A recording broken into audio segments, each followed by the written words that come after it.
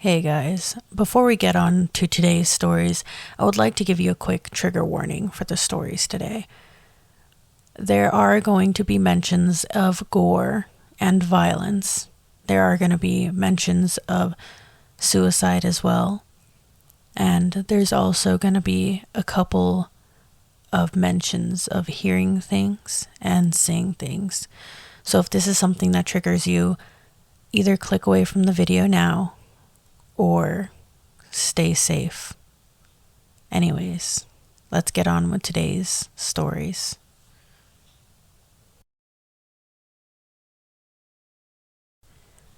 Never go into the barn, no matter what you hear. That's what my father always told me, with a look of responsibility in his eyes. Never an explanation, never an elaboration. It was completely confidential, apparently. Whenever I questioned my mother on the matter, she'd get this nervous look in her eyes, like she was worried about something. She'd quickly wave my question away with something that didn't quite add up. "Oh, he handles heavy machinery in there," was one. "The air inside there isn't safe because of some old building hazards," was another. It was usually a variation upon these two, but the variations that lied therein were always just suspicious enough that I knew she was lying to me. What I didn't understand was why she was lying to me, or why the question was scary. Well, I always knew the heavy machinery part was a lie for a number of reasons. First of all, the generation in our farmstead isn't hooked up to the barn, and I've never heard electronic tools inside either, so that rules out battery-powered machinery. It's made of wood, after all. It's not like sounds that go in there are completely hidden from me. Which brings me to the sounds. That was the most important thing, apparently. No matter what I hear.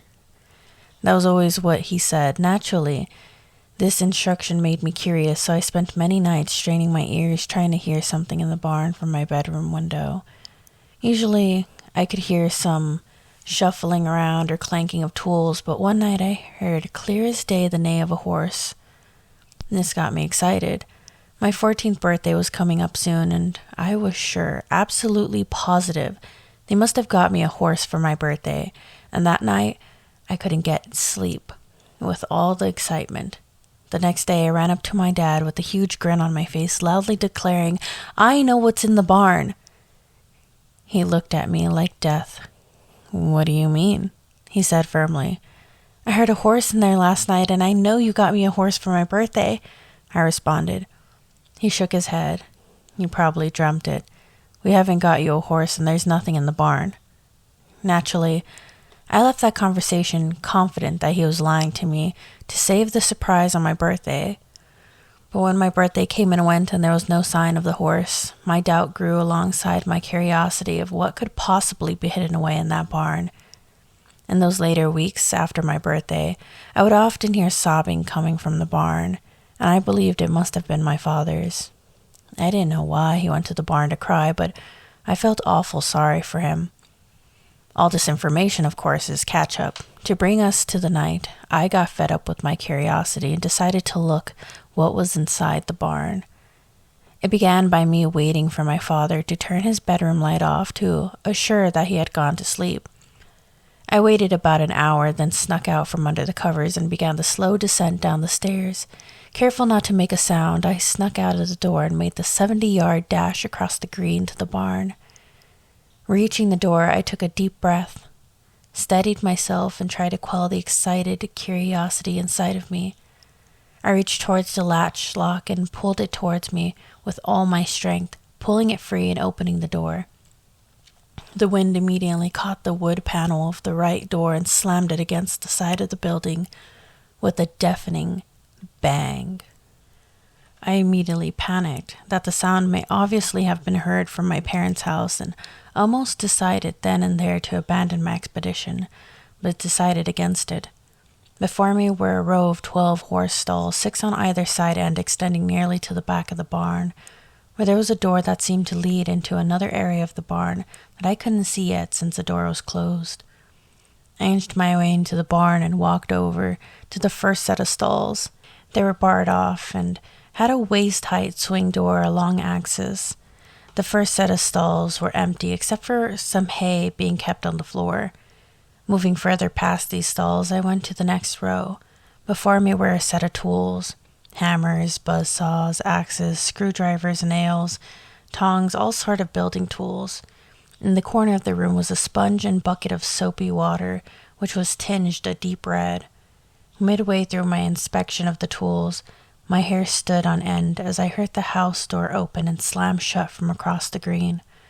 Father was coming.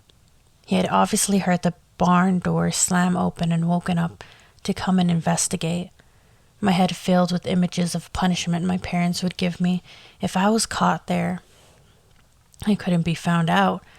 I jumped over the waist-high swing door and hid behind a work desk where the hacksaws were being kept on and waited. I waited until eventually I heard footsteps enter the barn. "Hello?" my father called out in a concerned tone. "Is anyone in here?" I kept silent, obviously. Father made his way hastily towards the stalls I was in. Opening the door, I closed my eyes shut tightly and hoped not to be found. I heard my father go to where the axes were, in the other corner of the room, picked one up, and head towards the back room. When he came back, his pace was far more relaxed. He put the axe back, shut the door, and locked it, then left. I got up from my hiding position and left the stall. Creeping further down the barn, I felt a tight sense of anxiety in my chest as I realized what was in the next set of stalls. I began to tear up and almost ran out of the barn right then. It was awful.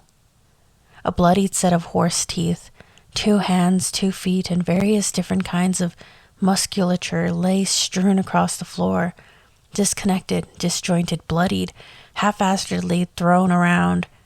I didn't know how to react. I stood there shocked. What had Father been doing here? Have these always been here?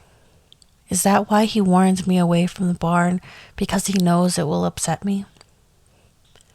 I wiped the tears that were streaming from my eyes and decided to check the back room and then leave. The subsequent stalls were completely empty anyway. I wanted to be gone. I didn't want anything more to do with this place, and I wanted to be back in my warm bed. I wanted to be able to forget the evil sight I had seen and never come back here. I approached the door leading to another room at the back of the barn. I pulled the handle to open the door, and immediately I was in stunned silence. My face went blank.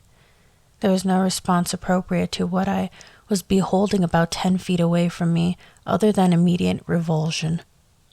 A horse with human teeth, human eyes. It was standing with a hunched gait, such that its hind legs were sitting and its front legs were completely straight. It had stitches running along its entire abdomen.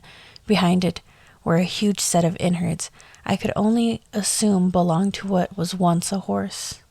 The horse looked at me with fear in its human eyes and opened its mouth to reveal a very human mouth. With some sort of metal apparatus that opened at the back of its throat, the horse neighed at me, but immediately I recognized it was no neigh. It was the gut-wrenched scream of a man, which was being altered by this metal instrument in his throat to sound like a horse neighing. The result was brazy, rusty, staccato scream, which only vaguely seemed similar to a horse. The tongue flapped around in the mouth of the horse as the creature clearly tried to intonate words that only came out as a different kind of agonized metallic moan. It tried to take a step towards me on its front legs, and I realized that it was not resting on its hind legs. They were completely unusable. The creature made further desolate moans, but I did not stay around to hear them. I slammed the door and ran. I saw my brother last night, and I'm glad I did.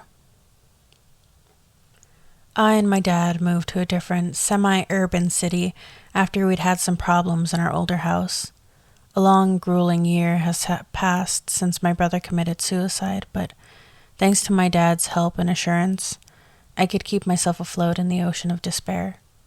However, I was still a miserable being who couldn't function properly because I was crippling depressed and needed medication to survive. Until a couple of months ago, my life changed significantly. For the last few months, I've been hearing my brother's voice from inconspicuous places, from the hall, living room, and even from my father's bedroom, asking me to get a bottle of soda from the fridge or telling me what game I played today. Even though I knew that he's dead and these voices are not real, I simply panic and sometimes cry. This happened multiple times to the point I would just crawl in my bed and wonder if he came back as a ghost to haunt me for the rest of my life. I usually calmed down and sat back to my desk, trying to continue studying or just listen to music in bed until I fall asleep. A week ago, I was riding a bike at a park close to my house and decided to rest in the grass. The sun was hiding under the clouds and the gushing wind made me fall asleep. Then I had a nightmare where I was drowning in an ocean before I woke up to an intense rain in the middle of summer. I immediately returned to my house, but I couldn't avoid catching a flu. However, I was going to have it worse. Last night I did something I shouldn't have done, but it felt like it was the right thing to do. My brother was an avid fan of pianists, so my dad bought him a piano. He would occasionally practice his skills, and I would accompany him to give feedback. After he passed away, my dad brought it to our new house because one of his friends wanted to buy it, but he kept bringing excuses for reasons I am not aware of. Then my dad put the piano in the basement, which then he proceeded to forget about. I was furious. How dare he put the piano, my brother's treasure, into the darkest place in the house and forget about it?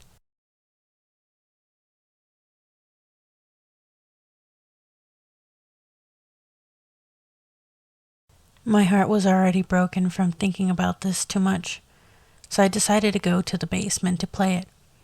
I was not sleepy, however. My eyes were bloodshot from the stress I accumulated from the last few days. So I walked.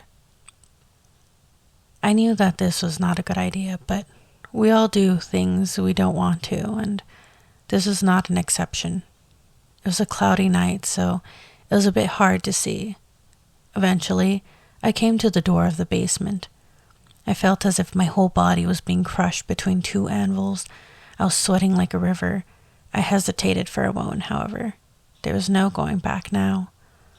I didn't want to look behind because I was afraid of confronting something I was not ready yet. After standing there for a good while, I opened the door.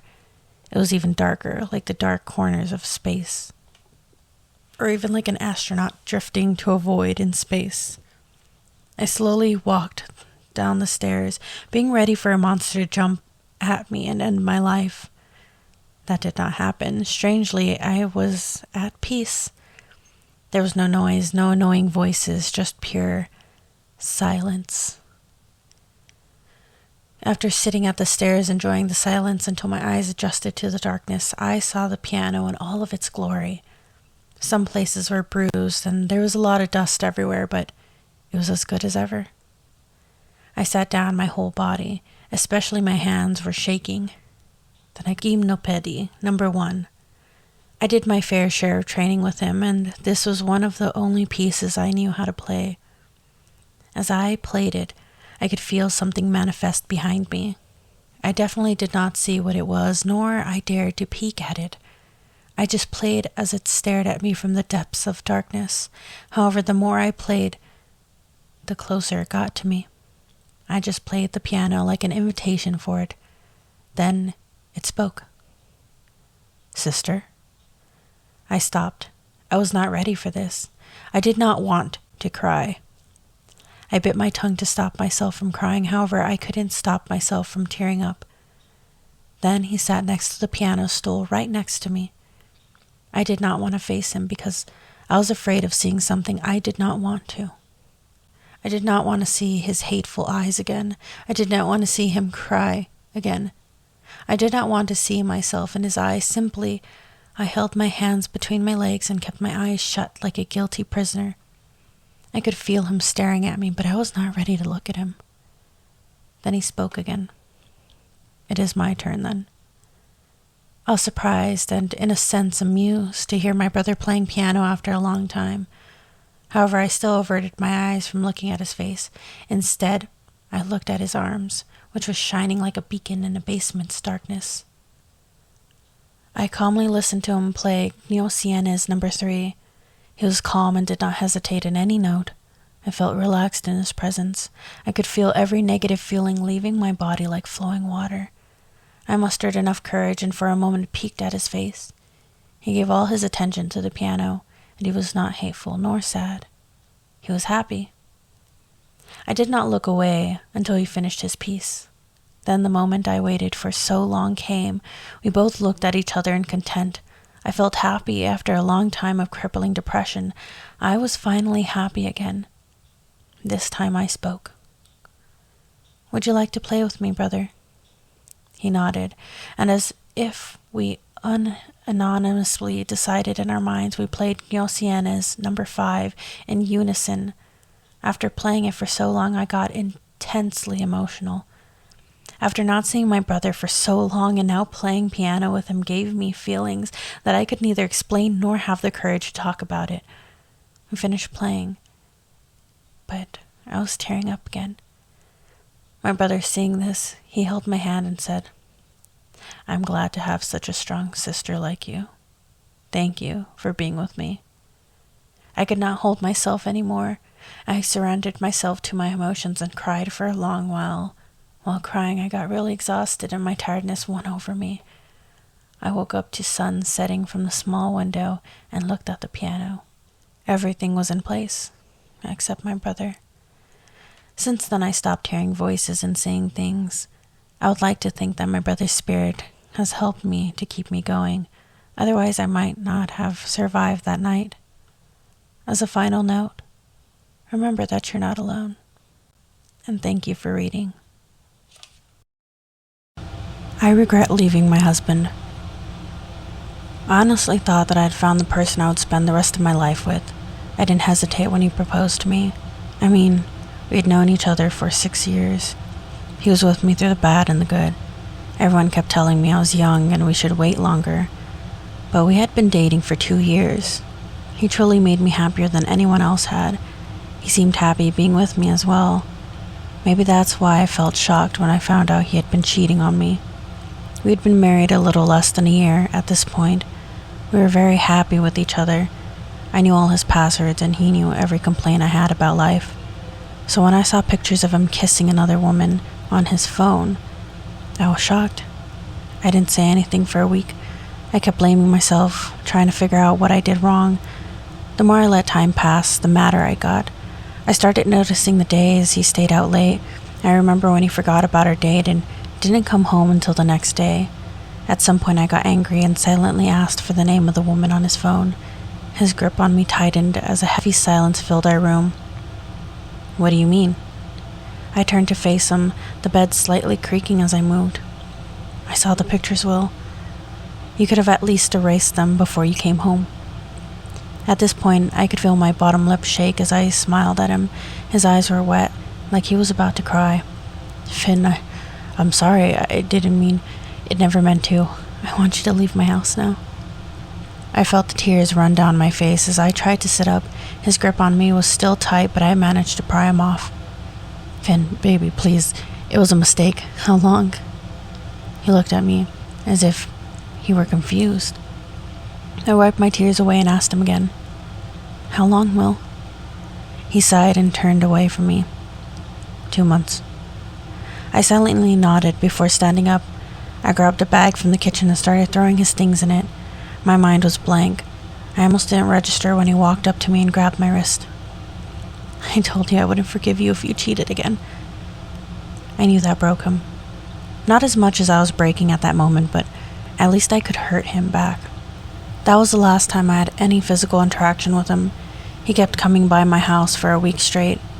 I wanted to give in. I wanted to forgive him, but this time was different. Instead of just sleeping with someone else, he was in a whole other relationship.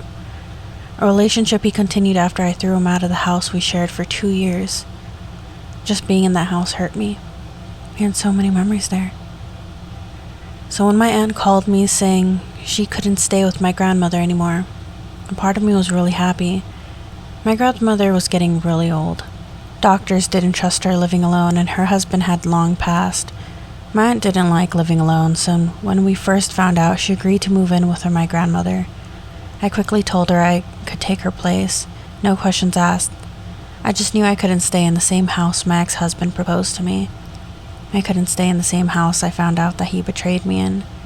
I packed as much as I could in a week, told my uncle to throw away anything I left behind, or sell it. At this point, I didn't care. The biggest perk to moving in with someone is not having to worry about the furniture or stocking up on food. What I didn't know was the day I moved in was the day my grandmother had guests over. I will admit that I hadn't visited in so long. I could come up with excuses and say I was busy with work and life. There's never an excuse. I could make time if I really wanted to. So I slowly brought my boxes into my new home as voices and music filled the tiny home. It made me smile, feeling such a warm environment, especially after everything that transpired. My grandmother set a mug in front of me after everyone left, a small gesture that I greatly appreciated. She patted my hand softly before walking away, her own mug in hand. I watched her walk away before taking a sip of my coffee. I winced at how sweet it was. I didn't like drinking coffee before bed anyways, but what a waste. I dumped it down the sink anyways, leaving everything clean. The house looked almost the same as when I grew up there. A few renovations and a new dining room were the most noticeable things as I walked down the hall. My room was the same one I used before. This room was nothing like I remembered. The old bookshelves filled with my grandfather's books were long gone. The tile was covered in carpet. Even the walls were painted over with a hideous yellow. I let out a deep sigh as I sank into the sofa that was left to me, my exhaustion quickly hitting me like a wave. I could have sworn I only closed my eyes for a second before I got startled. I looked up and saw a shadow pass my door. I got up and looked down the hall. I couldn't see anything but darkness. "Granny, is that you?" I waited for a few seconds. The silence was eerie as I held my breath. I grabbed my phone and turned on the flashlight, slowly making my way down the hall. It seemed longer in my panic state, nothing. I slowly swept the whole house and found no one wandering in the dark corners of this old home. Now at ease, I went back to my room and slept. It was a long night, filled with me constantly waking up. From what? I have no idea. It didn't take long for me to get used to living here. Occasionally I broke down under the cover of night, missing the life I had with the man I was still in love with. It also didn't take me long to notice patterns in this place. See, the last time I lived here, I was so young. I barely had any memories. I just remember it was after my grandfather passed. The only memories I had was of my mom rushing me past the living room that was dark. I could remember hearing whispers in that room, seeing the soft flicker of a dozen candles. "They're saying goodbye to your grandpa," was all she told me. The other memory I had is when she left me there. She looked angry as my grandmother begged her to stay. I watched silently out the window, knowing she would never return. Now, the house sat empty most of the days. My grandmother spent most of the day at church or with church friends. The only thing that bothered me was the constant calls to the house phone. It wasn't an everyday thing, but on the days it happened, I couldn't sleep at night for some reason. I never answered because my grandmother told me not to. If it was important, they'd leave a voicemail, she said. But then phone calls are invading my dreams now. I dream about answering that phone. I can never remember what happens after I pick up, but it's driving me mad. Sometimes I find myself reaching to answer it, as if in a daze. I feel like someone or something watches me as it rings. I'm sorry. I've seemed to ramble a lot. I guess this was a long way of asking, should I pick up the phone? I know I was told not to, and normally I would do it, but she looked so afraid when she told me. That and the way the house makes me feel, I'm not sure anymore. Maybe that's why my aunt left. The eeriness of this house wasn't here before. Maybe it was. It's making me wish I never left my husband. I can share more if needed. I can keep you updated. There are things I didn't add here. Just please tell me. Should I answer the phone? Hey guys, thank you so much for watching this video. Before I end this one, I wanted to give a huge thank you to all the authors that let me use their stories in this video, and I wanted to thank everyone who subscribed and stayed watching so far. Normally, I wouldn't thank everyone in every single video, but this one's a little more special. See, I do this for fun and not for the views, but recently, one of my most recent videos really hit it off, so I wanted to give you guys something in return for that. And I decided to write one of my own stories to put in this video. It did unfortunately get taken down because it did not meet the guidelines of r/no sleep, but I will be reposting it on my account without using a community. I really hope you guys enjoyed that. And I really want to thank everyone who's helped me so far, be it helping me edit videos, giving me content, or just watching. Thank you so much. And I'll see you guys in the next one. Goodbye, and stay safe.